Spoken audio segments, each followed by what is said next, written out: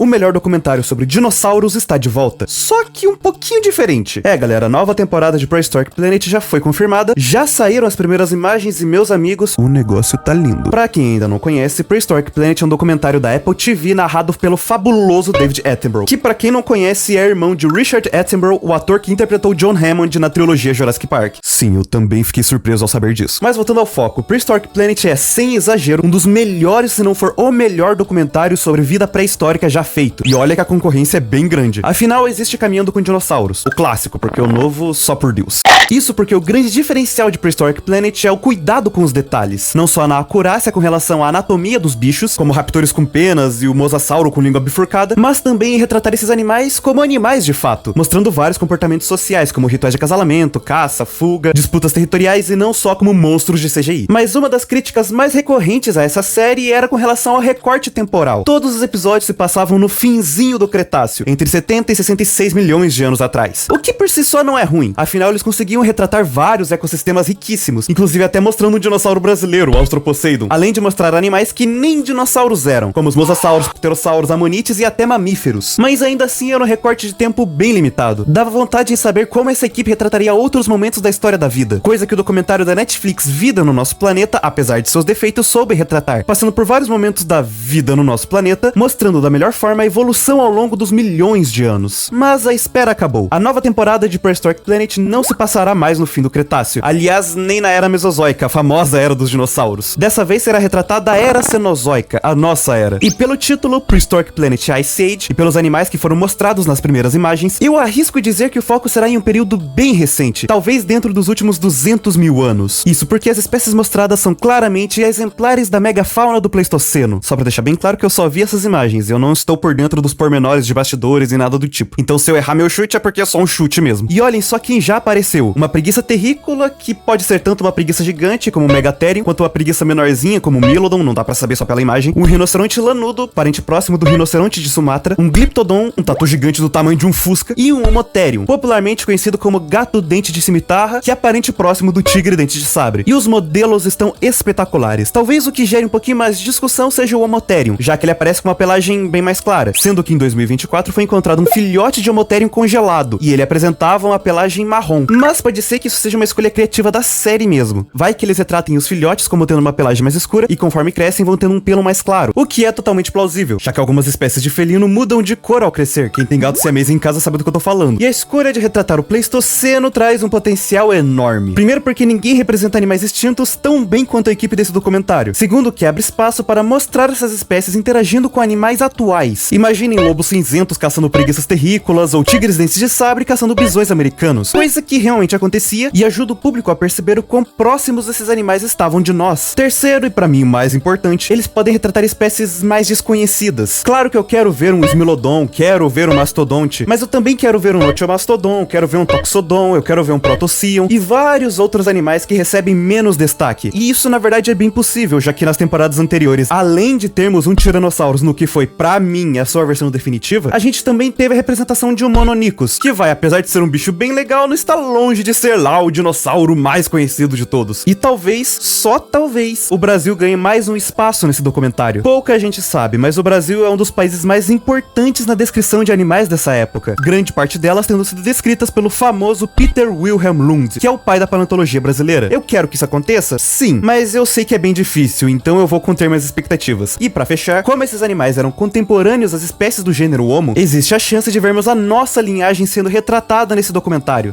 Seria legal ver um Homo sapiens, um Neandertal, um Denisovano, um Homo erectus e até um Homo floresiensis. Se retratarem períodos um pouquinho mais recentes, talvez eles tenham a chance de retratar como foi a chegada dos primeiros humanos nas Américas, além de sua participação na extinção da megafauna por aqui. No fim das contas, eu tô até que ansioso sim. Ansioso do jeito que eu não ficava há muito tempo. Mas como eu disse antes, é sempre bom conter as expectativas, porque eu já me empolguei antes e quebrei a cara bonito. Jurassic World Dominion e o novo Caminhando com Dinossauros não me deixam mentir. Ou seja, mesmo que Prehistoric Planet tenha um histórico excelente, assistir. Eu sei que o mesmo potencial que tem de ser maravilhoso, tem de ser um lixo incomparável. Só me resta torcer pra que isso seja apenas paranoia e que seja esse mais um grande acerto da Apple TV. Mas e vocês, estão empolgados para Prehistoric Planet Ice Age? Acham que vai ser legal ou vai ser uma bomba? Quais animais vocês querem ver sendo retratados? E vocês acham que se houver outras temporadas depois dessa, eles vão continuar na megafauna ou vão ir para outros períodos? Eu só imagino como seria uma temporada no Permiano. Isso seria insano. Deixem aí nos comentários, curtam e compartilhem para que mais pessoas saibam que está chegando mais uma temporada dessa série maravilhosa. Obrigado por assistirem até aqui, sigam o perfil e até o próximo vídeo.